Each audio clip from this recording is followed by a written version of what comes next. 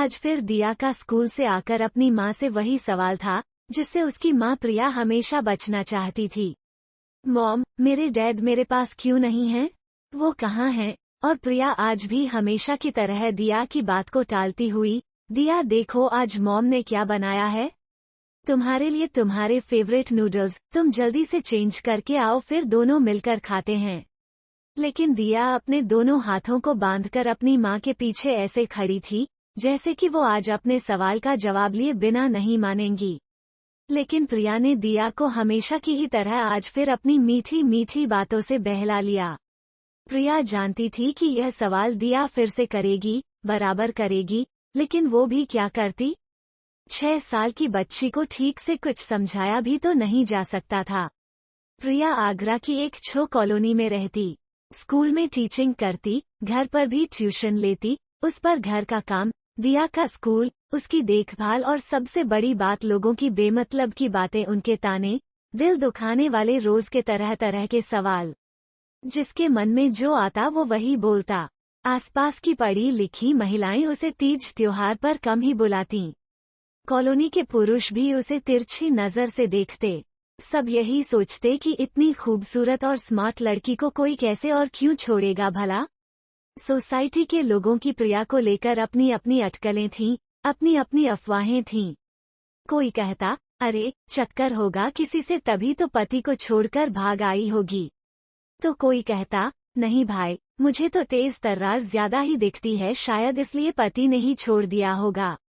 जैसे जिसके विचार वैसी उसकी जुबान, महिलाएं भी खूब चटकारे ले लेकर उसके बारे में बातें करतीं।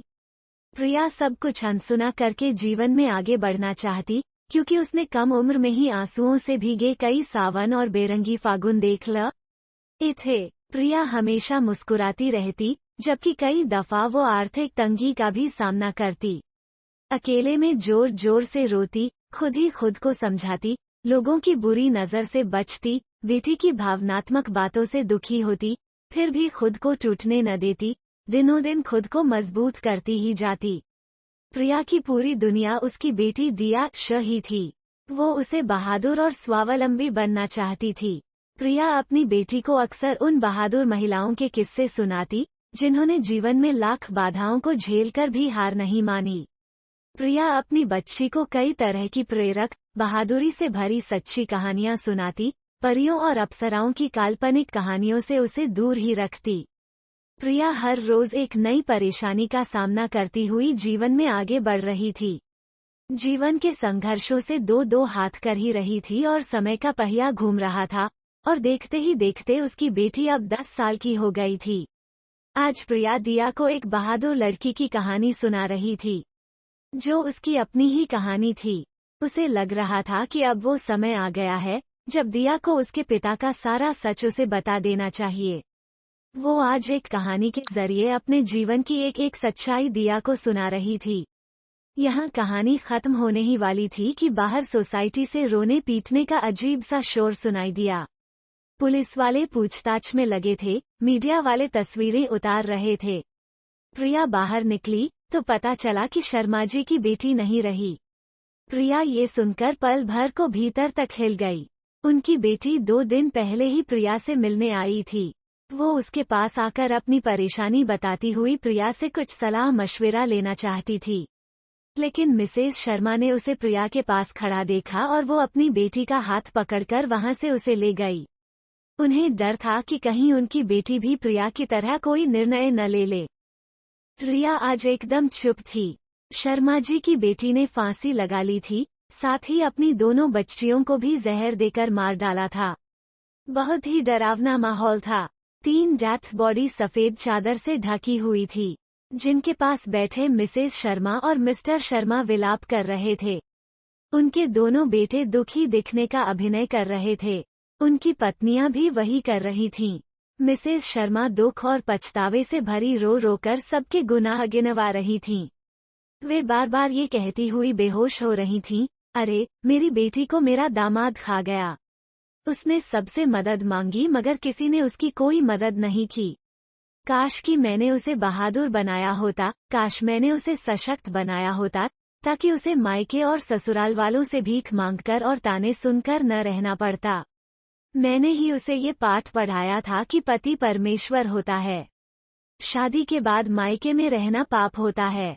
लड़कियां अकेले जीवन नहीं गुजार सकती। हाय राम, मेरे बेटों ने भी बेचारी की कोई मदद नहीं की। मैं पगली भी यही सोचती रही कि सब ठीक हो जाएगा, पर अब क्या करूं? भगवान, मेरी बच्ची हमेशा के लिए मुझसे रूठ कर चली गई। प्रिया को यह दृश्य देखकर अपनी सारी पुरानी बुरी यादें याद आ रही थीं, जब उसे उसके ससुराल वालों ने चरित्रहीन कहकर निकाला था, जबकि उनका खुद का बेटा यानी प्रिया का पति स्वयं चरित्रहीन था। प्रिया को जब यह बात पता चली तो उसे बुरी तरह मारा पीटा गया ताकि वो चुप रहे, मगर वो चुप रहने वालों में से नहीं थी। तब मारे डर के उसे उसके पति ने चरित्रहीन औरत कहकर तलाक दे दिया। उस वक्त उसे उसके पीहर से भी कोई मदद नहीं मिली, लेकिन वो टूटी नहीं। उसने अपनी बेटी के साथ अपनी एक अलग दुनिया बनाई। आज वही घटना एक और लड़की के साथ घटी थी, लेकिन वो लड़की आज समाज से हार चुकी थी।